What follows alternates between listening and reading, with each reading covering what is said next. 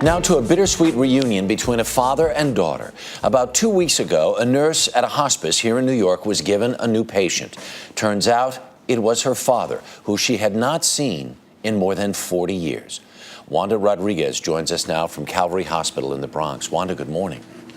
Good morning, Harry. So there you are. It's just another day at work. A new patient comes into your ward, and you hear his name. And what did you think? Well, it was August 25th, 2010, on a Wednesday evening. I was expecting an admission, and the admission arrives 10 to 7, and he passed by the nurse's station. I looked at him, I took a glimpse at him, noticed that he was in any distress, so EMS proceeded and transferred him into the room. And then I was by the nurse's station, sitting right by the doctor charting, and I overheard the doctor mentioning his name over the phone. He said, Victor Peraza. And the second I heard that name, I just completely froze, because I knew my father's name. I knew that his name was Victor, and the last name I knew because it's been my last name prior to, it was my maiden name, Peraza. Right. So I completely froze and quickly looked to the chart to see if I could notice his age. And I said, if this patient happens to be in his 60s, more than likely, there's a good chance he could be my dad, because my mom married her high school sweetheart. Wow. And she's in her 60s. So of course I looked at the chart and the age wasn't there, and I didn't think to look at the age, the date of birth rather. So I said, at this point I just need to go into the patient's room and look at him, because my mom told me that I had a great resemblance. My dad and I resembled each other very much. Then ultimately you figure out that it is in fact your father.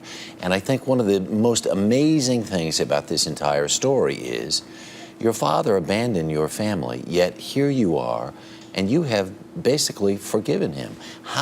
Where is it in your heart that you see this man who's in your care, you realize he's your father, and you open your heart to him? Because that's the type of person I am. It's not in my nature to hold a grudge. I like peace. I like to make people happy, and I couldn't imagine my father being one of the patients that's been admitted to Calvary Hospital and just turning him away.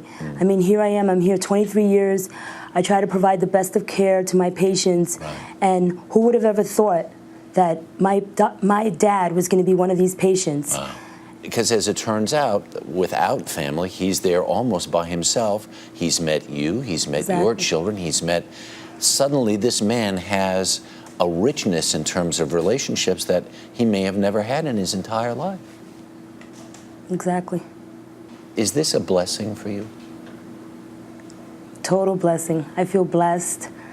I feel that this was a spiritual gift God gave me, and God brought him to me. This is the way it was supposed to happen. It was fate, and it couldn't have happened any more perfect than it did.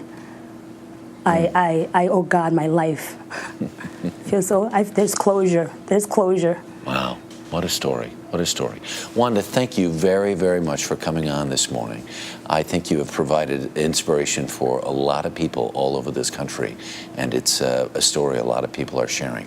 Thank you so much for sharing it with us this morning. You're welcome. Okay, take care.